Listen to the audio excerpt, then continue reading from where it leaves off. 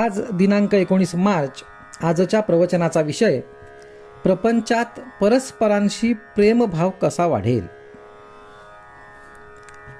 निसर्गतःच प्रेम हे प्रत्येक व्यक्तीत आणि प्राणीमात्रात असते. फार काय, प्रेमाशिवाय मनुष्य प्राणी जिवंत राहू शकणार नाही. प्रेमाने सर्व जग वश करून घेता येते. प्रेम ठेवण्यात पैसा खर्च होत नाही, कष्ट नाहीत.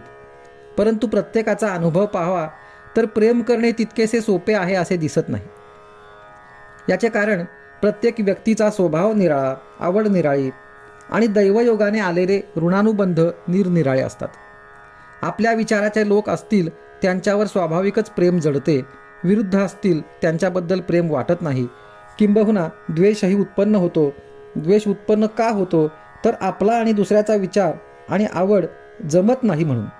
परंतु थोडा विचार केला तर असे दिसते की आपण ज्या कारणामुळे दुसऱ्याचा द्वेष करतो तेच कारण दुसऱ्याने आपला द्वेष करायला पुरेसे होते. उदाहरणार्थ, एखादी गोष्ट आपल्याला आवडली आणि तीच दुसऱ्याला न आवडली तर मला आवडलेली गोष्ट दुसऱ्याला न आवडल्यामुळे दुसऱ्याचा द्वेष करायला मला तेवढे कारण पुरेसे होते. मग त्याच न्यायाने त्याला न आवडलेली गोष्ट मला आवडते हेच कारण त्याने माझा द्वेष करायला पुरेसे नाही का. व्यक्ती तितक्या प्रकृती अशी म्हण आहे.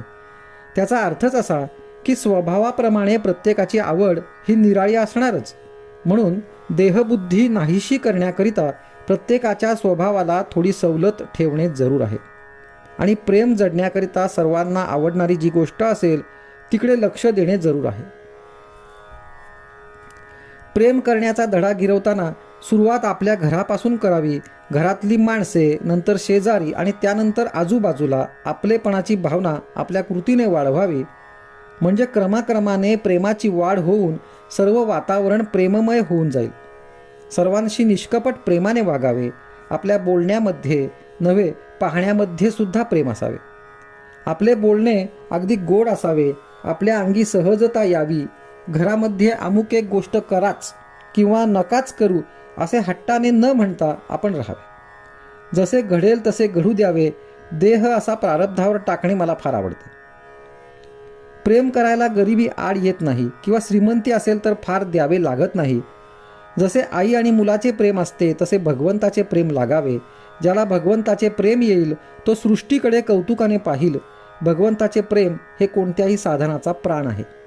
ते मागण्यासाठी रोज भगवंताची प्रार्थना करावी आणि त्याच्या अनुसंधानात राहण्याचा प्रयत्न ठेवावा.